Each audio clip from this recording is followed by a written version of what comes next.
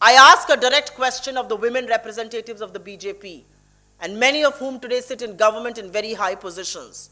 You used to take to the streets.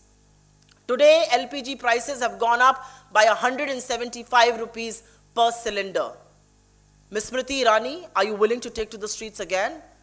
Or is it so comfortable in the government or in high offices that you sit that the pain of the common man is no longer visible?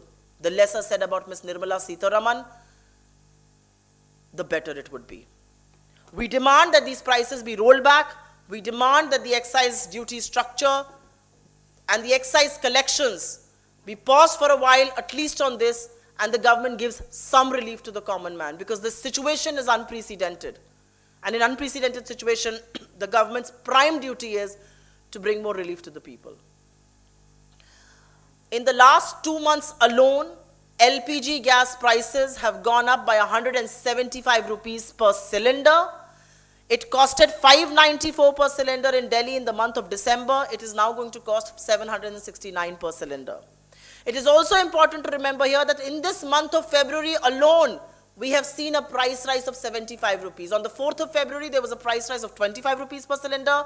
On the 15th, there's been a price rise of 50 rupees per cylinder.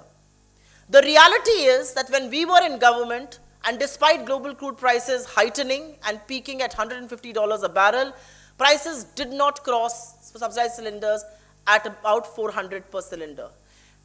The condition is very different. Today, we are amidst an economic recession. Today, India is facing acute unemployment issues. Today, people's wages have been cut. And now to burden them with skyrocketing prices, thanks to LPG cylinders or petrol and diesel prices, where records are being set by this government, where petrol prices, you know, in Madhya Pradesh have crossed 100 rupees per litre, I think it tells you a lot about how this government functions and thinks. They are not just insensitive. I also believe they want to look the other way. And it is not as if things are not in control. If the government wants, and the government has raised excise duty about 12 odd times in its tenure so far, and has amassed a huge and a whopping 24 lakh crore rupees, which actually belongs to the people of this country. And taxation is so very high. When we were in government, the tax on diesel was 3.5 rupees per litre on every litre of diesel being sold. Today, it is nearly 32 rupees per litre on diesel.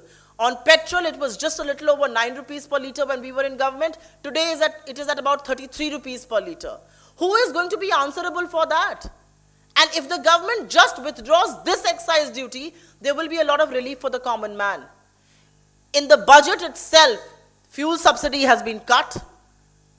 And also the budget talks about cess. They are changing the excise duty structure, which essentially means that that 4 rupee hike and the 2.5 rupee hike on petrol and diesel, by the way of cess, will all be amassed by the central government, and not a penny of that money will go to the states. They only politic. Every step that they take is geared towards elections. Assam is going to cut fuel taxes because it's going to elections. They will stop raising rates till elections don't happen. We are also in government. In Rajasthan, out of turn, we went and cut taxes. Why can the Modi government not be sensitive towards the needs of people? I also believe if the common man and the common woman today rises and starts asking tough questions of this government as far as economic mismanagement and skyrocketing prices are concerned, they will be labeled anti-national, sedition cases will be filed against them, and they will perhaps be lodged in jail. This is the reality of things today.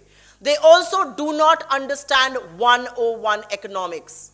If demand is low and inflation is high, to keep raising LPG, petrol, diesel prices is only going to stoke inflation higher, which essentially means that the RBI will eventually have to raise interest rates, which will further dampen demand. So all of these wise women and men who sit in government, they have zero understanding of economic principles. They have zero understanding of how demand, how consumption, how investment, how jobs are created in an economy, and which is why they are presiding over the worst economic slowdown and economic recession and unemployment crisis in our history. I also believe, is it a moral duty of the government to give relief to the people, or is it all right for the government to make money at their behest, to make money at the cost of people's problems, to burden them with high prices? We believe that the Achhe Din that the Modi government spoke about, and shies away from is because it is nowhere in sight.